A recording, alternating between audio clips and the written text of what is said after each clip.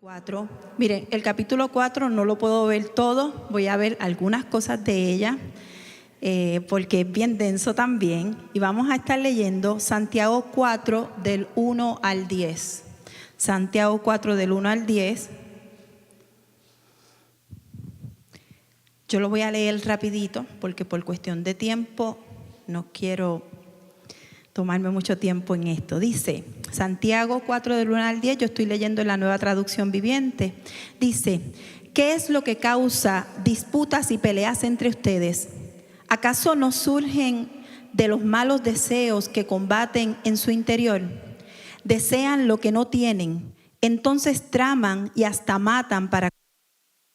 Envidian lo que otros tienen, pero no pueden obtenerlo, por eso luchan y les hacen la guerra para quitárselo. Sin embargo, no tienen lo que desean porque no se lo piden a Dios. Aun cuando se lo piden, tampoco lo reciben porque lo piden con malas intenciones. Desean solamente lo que les dará placer. Adúlteros, ¿no se dan cuenta de que la amistad con el mundo los convierte en enemigos de Dios? Los repito, si alguien quiere ser amigo del mundo, se hace enemigo de Dios. ¿Acaso piensan que las Escrituras no significan nada? Ellas dicen que Dios desea fervientemente que el Espíritu que puso dentro de nosotros les sea fiel. Y Él da gracia con generosidad. Como dicen las Escrituras, Dios se opone a los orgullosos, pero da gracia a los humildes. Así que humíllense delante de Dios, resistan al diablo y él huirá de ustedes. Acérquense a Dios y Dios se acercará a ustedes. Lávense las manos, pecadores, purifiquen su corazón, porque su lealtad está dividida entre Dios y el mundo.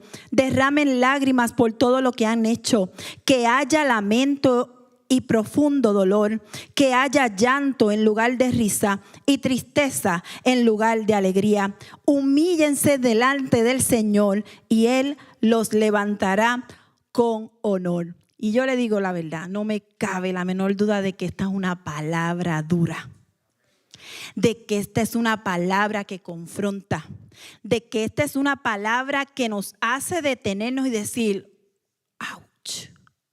Pero ¿saben qué? También nos hace decir aleluya, porque es Dios tratando con nosotros, porque es Dios queriendo transformar nuestra mente y nuestro corazón. Si no le importáramos a Dios, Él no trataría de esta manera con nosotros.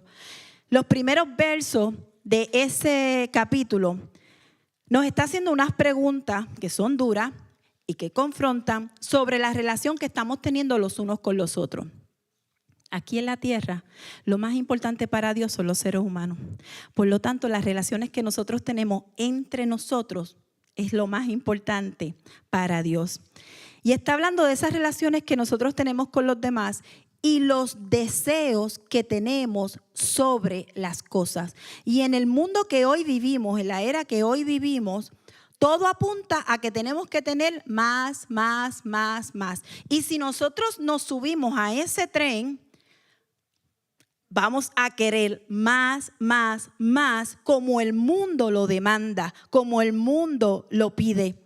Y eso es lo que él en los primeros versículos está diciendo. Y mire, tener cosas no es malo, a Dios le place. De hecho, Dios no tiene ningún problema con darnos cosas. Él es el Dios de todo, así que todo lo que necesitamos, Él lo va a proveer. El problema es ¿cuál es nuestra intención con tener cosas? ¿Y cómo es que esas cosas se convierten en nuestro Dios, con letra minúscula? ¿Por qué? Porque ahora tengo un trabajo, pues no tengo tanto tiempo para dedicarle al Señor. No, es que ahora, imagínense, yo tengo que pagar carro, casa, y la lista es larga. Así que el tiempo es mínimo para podérselo dedicar a Dios. Entonces, cuando hacemos ese cambio, invertimos ese orden, entonces las cosas se van convirtiendo en nuestro Dios. Y eso es lo que a Dios le incomoda. Es por eso que el verso 4 comienza con esta palabra que es dura y dice adúlteros. Nos dice adúlteros, ¿no se dan cuenta de que la amistad con el mundo es enemistad con Dios? Y el contexto, en este contexto, la palabra mundo se va a referir a un sistema. Y yo les quiero explicar esto porque, y lo vamos a ver un poquito más abajo, ¿sí? En Salmo 24:1 dice: de Jehová es la tierra y su plenitud, el mundo y los que en él habitan. Sin embargo, cuando Santiago está diciendo no sean amigos del mundo, porque si son amigos del mundo son enemigos de Dios, está hablando del sistema que está gobernado por Satanás. Miren lo que dice Primera de Juan 2, del 15 al 17. No amen a este mundo, y al mundo que está diciendo Santiago, ni las cosas que le ofrecen, porque cuando aman al mundo no tienen el amor del Padre en ustedes, pues el mundo solo ofrece un intenso deseo por el placer físico, un deseo insaciable por todo lo que vemos, las cosas, y el orgullo de nuestros logros y posesiones. Nada de eso proviene del Padre, sino que viene del mundo, y este mundo se acaba junto con todo lo que la gente tanto desea. Pero el que hace lo que a Dios le agrada, vivirá para siempre. Entonces, Juan aquí nos está explicando cuál es el sistema del mundo al que Santiago se refiere. Es ese sistema que solamente busca complacer la carne, que solamente busca complacer los deseos físicos, que promueve el orgullo por las cosas que tenemos. Y dígame que eso no lo vemos hoy todo el tiempo. El orgullo por todo lo que tenemos, la vanagloria por los logros que alcanzamos. Y él dice que todo eso no es de Dios y que además todo eso perece. Y perece porque nada de eso nos podemos llevar nosotros cuando muramos. Así que tenemos que tener bien claro cuál es el mundo que Santiago nos está diciendo que seamos enemigos, porque si somos amigos de ese mundo, entonces somos amigos de Dios. Segunda de Corintios 4:4 dice: Satanás es el Dios, con letra minúscula, de este mundo. Es ese mundo de maldad, de pecado, de lujuria y de perversidad al que Santiago nos está diciendo que si somos amigos de ese mundo, entonces somos enemigos de Dios. Miren lo que dice la Biblia amplificada cuando habla acerca de la palabra adúltero. Dice: adúltero, pecadores desleales que coquetean con el mundo y rompen vuestros votos con Dios. Y probablemente usted se debe estar preguntando: bueno, hermanita, acabamos de tener un banquete espiritual y todos aquí nos hemos gozado de lo que el Espíritu Santo ha hecho. Por lo tanto, nosotros somos hijos de Dios. No está, esa palabra como que no nos aplica tanto a nosotros. Lo que nosotros tenemos es que examinar nuestras intenciones, nuestro corazón. Les voy a decir esto: la iglesia es la esposa de Dios. Estamos desposados con Cristo. Y para Dios ese compromiso es serio y es real. Y a veces nosotros como creyentes olvidamos que estamos desposados con Cristo y que Cristo viene a buscar una novia pura, blanca, sin manchas. Nos olvidamos de las características de la novia de Jesús, de la esposa de Jesús. Y Dios considera el adulterio como deslealtad, infidelidad a la promesa que nosotros como iglesia hemos hecho como esposa de mantenernos puros y sin mancha. Lo entendamos o no, tú y yo tenemos un compromiso conyugal con Cristo, aunque no lo entendamos del todo, pero hay un compromiso porque la iglesia, y somos parte de la iglesia, siendo la esposa, está a la espera. ¿Quién aquí espera que Jesucristo vuelva? Si usted espera que Jesucristo vuelva, usted es esposa de Cristo. Por lo tanto, el estándar de vida que Cristo espera de nosotros como iglesia es alto. Y tenemos que dejar de jugar a ir de vez en cuando al mundo. No, hermanita, yo no voy al mundo. Usted de ahí sáqueme porque yo no voy al mundo a nadita. Pero Santiago dice que tenemos nuestra lealtad dividida. A veces nosotros sobreespiritualizamos la relación que nosotros tenemos que tener con Dios. Y la relación con Dios es una relación espiritual. Pero, ¿qué pasa? Que a veces, ¿verdad? ¿Qué dice la palabra? La palabra dice que tenemos que orar en todo tiempo, meditar de día y de noche en la palabra, buscar a Dios en todo tiempo. Entonces, ¿qué decimos? Bueno, pero es que yo todo el tiempo no puedo estar haciendo eso porque si no, no hago nada. Entonces, esperamos o pensamos que tenemos que detenernos para tener una relación con Dios, cuando en realidad lo que tenemos que hacer es insertar a Dios en cada aspecto de nuestra vida.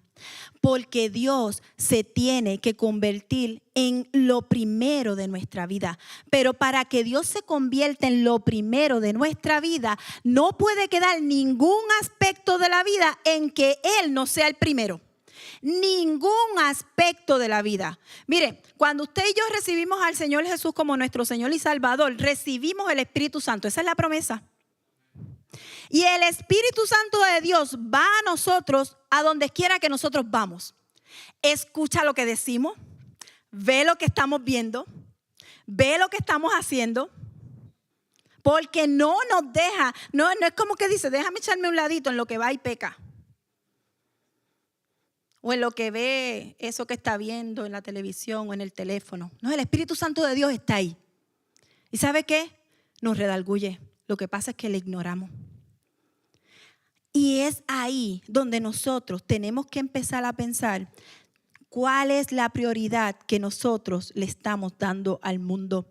Nosotros no tenemos que detenernos para tener una relación de intimidad con Dios. Al contrario, tenemos que avanzar en que todo lo que hagamos le dé prioridad y gloria a Dios. Que Él sea lo primero en nuestra vida. Que cuando yo me levanto, cuando yo me salto de la cama, aún pensando en esos minutos antes de saltar de la cama, es gloria a Dios, gracias por un nuevo día. Me arrodillo, que yo no me pueda ir de mi casa sin por lo menos haber dedicado un tiempo de oración. Hay gente, yo tenía una maestra de escuela bíblica que decía, mira, hay gente que son como las reces. 1, 2, 3, aquí va a estar re. Porque ella decía, se van por ahí, ni se encomiendan. Ni siquiera dedicamos un tiempo para ser agradecidos. Porque, dice la palabra, dormí, me desperté porque Jehová me sustentaba. Pudimos no despertar.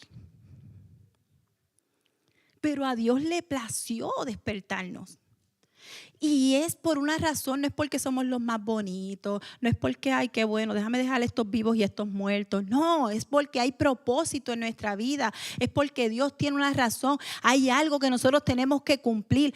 Nosotros somos vasijas para ser usadas por Dios, pero Dios quiere una vasija que se rinda, que se humille delante de Él. La invitación, miren, el domingo pasado nosotros estábamos escuchando acerca de que no hay nada que nos va a separar del amor de Jesús, ¿cierto? Nada nos separa del amor de Dios que está en Cristo Señor nuestro. Nosotros, dice además, que decía el pastor además, porque lo dice la palabra, que no hay condenación para el que está en Cristo Jesús. Y yo le digo una cosa, yo me gozo con esa palabra, yo me disfruto esa palabra. Yo me gozo el saber que no hay nada que me va a separar del amor de mi Padre. No hay nada. Yo me gozo al saber que Jesucristo compró mi salvación, me dio la salvación y que ya no tengo condenación. Y me gozo porque si no fuera por eso, ¿dónde estaríamos? Condenados a la muerte eterna, condenados al infierno. Pero a Dios le plació ofrecer a su Hijo para rescatarnos.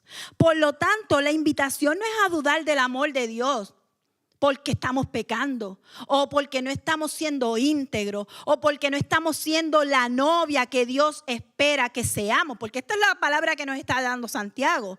Pero la invitación no es a dudar del amor de Dios. Al contrario, la invitación es a darle el primer lugar a Dios como una respuesta de ese amor que ha sido entregado. Yo no tengo nada que darle a Dios. Miren, Dios no necesita nada de mí. Pero mi respuesta es amarlo lo más posible para yo devolver algo de lo que Él hace por mí cada día. Cuando yo soy consciente de cuánto amor Dios tiene de mí, miren, ¿no es maravilloso saber que el Dios del universo quiere vivir en nosotros? ¿Usted cree que el Dios del universo necesita venir a vivir en seres humanos como nosotros tan imperfectos? Él no necesita eso. No nos necesita, pero lo hace porque nos ama, porque tiene compasión de nosotros, porque nos ve con una óptica diferente. Él dice, yo sé, caen, fallan, pecan, pero son mis hijos. Y si se someten a mí, yo puedo hacer grandes cosas con ellos. Y la invitación es a ordenar. ¿Dónde está Dios en nuestra vida? ¿De verdad Dios es el primero? ¿O son los problemas con los que nos acostamos y nos levantamos pensando? ¿O son las deudas? ¿O es el trabajo? ¿O son los hijos? ¿O es nuestro cónyuge? ¿O es la casa? Porque hay tantas cosas que se interponen en nuestra relación con Dios. Y mire, Dios nos dio nuestros hijos, Dios nos dio nuestro cónyuge, Dios nos da nuestro trabajo, Dios nos da nuestra casa, pero no para que las pongamos antes que Él. Aprendamos a cambiar el orden. Aprendamos a entender que nosotros dependemos absolutamente de Dios para todo. Es por eso que el verso 6 dice que Él da gracia con generosidad. ¿Por qué Dios tiene que darnos gracia con generosidad? Porque Él sabe que usted y yo, sin la gracia de Dios, no podemos hacerlo. No podemos. No podemos hacer nada, ni siquiera podemos obedecerle por completo o amarle como Él lo merece, si no es por la gracia que hemos recibido. Eso es la gracia de Dios, es la que nos lleva a nosotros a hacer su voluntad. Pero nosotros tenemos que hacer nuestra parte, somos socios con Dios. ¿Qué es lo que tenemos que hacer? Reconocer que lo necesitamos. Reconocer que Él es el que hace en mí y el que deposita esa gracia en mí para yo poder hacer su voluntad, que es buena, agradable y perfecta. Salmo 14:1 dice, el necio dice en su corazón, no hay Dios. Eso dice el necio. El necio es aquel orgulloso que piensa que no importa si no pone a Dios primero, como quiera puede hacer las cosas. Ese es el necio. Pero el que se humilla, reconoce que necesita a Dios para todo. Es por eso que Santiago ahí nos está diciendo que Dios se opone al orgulloso, pero da gracia al humilde. Así que hay aquí algo de lo que tenemos que cambiar. Yo no puedo hacerlo. Cuando yo reconozco que yo no puedo hacerlo, entonces voy a la fuente de quien sí me da la gracia para poder hacerlo. Miren, el verso 7 es uno que mucha gente repite, pero repite la mitad de él.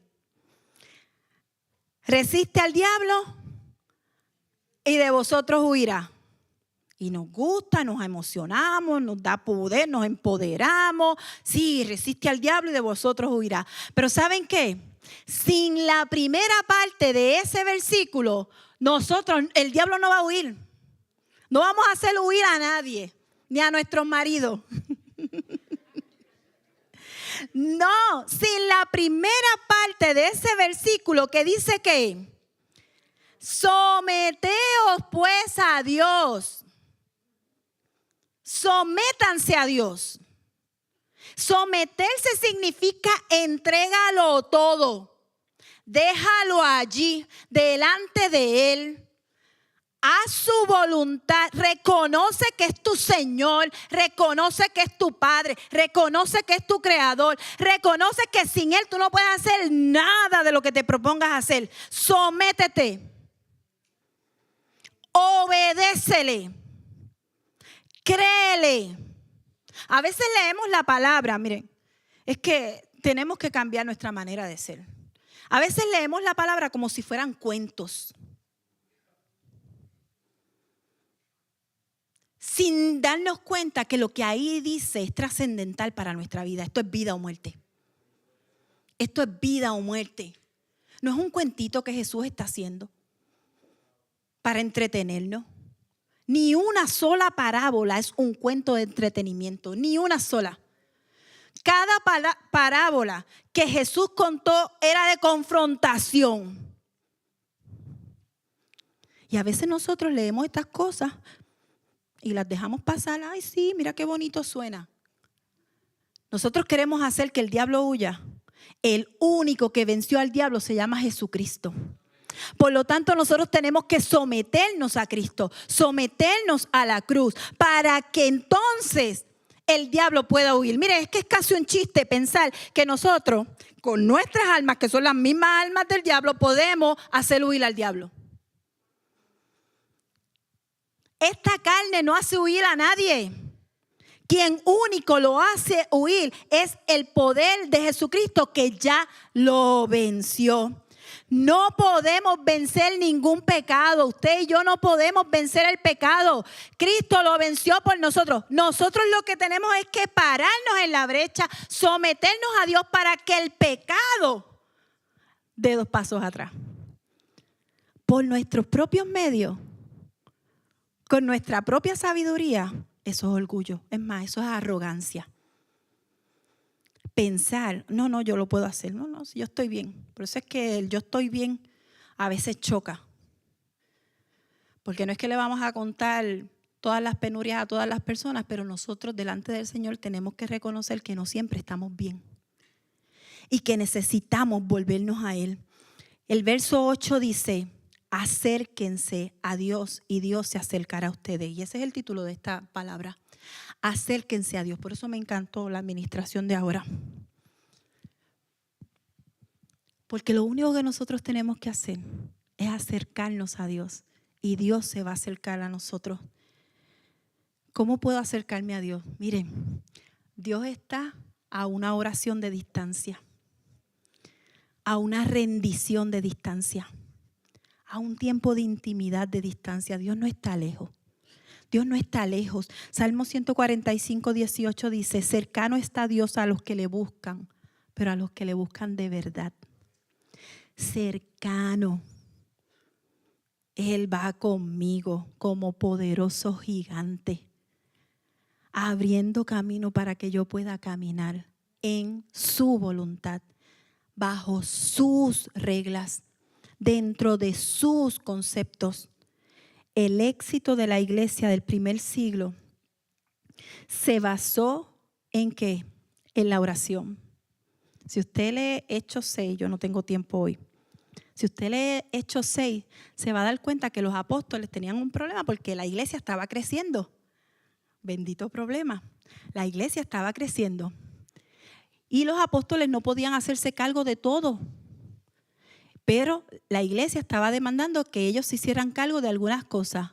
Y Pedro dijo: no, vamos a levantar personas porque nosotros tenemos que seguir en la oración y en la palabra. Porque Pedro entendió que hacer no es más importante que ser. Tenemos que ser ese hijo que se somete en oración. Más que hacer. Hacer nos ocupa la mente, pero no nos hace crecer el espíritu. Pero cuando yo soy la hija que ora, la hija que me someto, entonces el evangelio puede continuar. Acérquense a Dios es un llamado a la intimidad. A la intimidad, a la verdadera relación con Dios. Acércate a Dios es una búsqueda continua De nuestra relación con Dios depende todo en nuestra vida. Si no tenemos una relación con Dios, no podemos hacer nada. Cuando Él dice, lávense las manos pecadores, todos somos pecadores. Pero ¿a dónde vamos a ir nosotros a lavar nuestras manos? A la sangre de Cristo, que es la única que puede liberarnos del pecado. Cuando Él dice, purifiquen su corazón, nos está llamando a vivir una vida de santidad. Porque una vida de santidad es el estándar que Dios espera que nosotros tengamos como iglesia para ser la novia pura, blanca y sin mancha que Jesucristo viene a buscar. Y ese mismo versículo dice, porque su lealtad está dividida entre Dios y el mundo. Y yo no tengo tiempo para discutir esto hoy, pero les dejo con este pensamiento. Hoy en día, el mundo llama derechos a lo que la Biblia llama pecado. La gente cree tener derechos por cometer pecado. Y Dios sigue diciendo que eso que el mundo llama derecho, Dios sigue diciendo que es pecado, porque Dios no cambia. La iglesia no puede hacerse eco del vocabulario del mundo. La iglesia no puede estar repitiendo derechos humanos cuando lo que hay detrás de ese derecho humano es pecado. Lo condena la palabra. Miren, Dios ama al pecador. Dios nos ama a la humanidad, pero aborrece el pecado. No lo suaviza. No le pasa la mano. Lo aborrece. Lo aborrece de tal manera que entregó lo más valioso que él tenía, que era su hijo, para expiar ese pecado, porque lo aborrece. Los quiere fuera de nosotros y sobre todo los quiere fuera de la iglesia. Usted en su casa léase Proverbios 6 del 16 al 19 y verá cuánto Dios aborrece al pecado. Es por eso que esos versos 9 y 10, aquí es donde el Señor nos está diciendo, hay que arrepentirse. Usted sabe que la primera predicación de Jesús es arrepiéntanse. El reino de los cielos se ha acercado. Esa fue la primera predicación de Jesús. Y estos versos 9 y después el 19 dice, derramen lágrimas por todo lo que han hecho. Todo ese pecado, sí, hay que derramar lágrimas, porque no hemos estado a la altura de lo que Dios espera de nosotros. Que haya lamento y profundo dolor, que haya llanto en lugar de risa, tristeza en lugar de alegría. ¿Cuántas veces nos hemos embarrado en el pecado? Aún conociendo y teniendo el Espíritu Santo de Dios en nosotros. Pero más allá, el verso 10 entonces nos dice que el que se haya humillado, al hacerlo nos humillamos delante del Señor y ahí seremos levantados con honor. Eso es lo único que el Señor persigue de su iglesia. Humíllate, iglesia, delante de tu Padre, delante de tu Creador. Reconoce que Dios es soberano y poderoso. Derrama todo tu corazón, todo tu ser delante de Él. Jesucristo viene por una iglesia pura, que no esté contaminada con el sistema del mundo, que es el sistema que está gobernado por Satanás. Vamos a vivir la vida que sí Jesús compró para nosotros, que es una vida limpia, pura, sin mancha, lavada por la sangre de Cristo. Esta es la vida abundante que el Señor prometió para nosotros. Dios te bendiga, iglesia.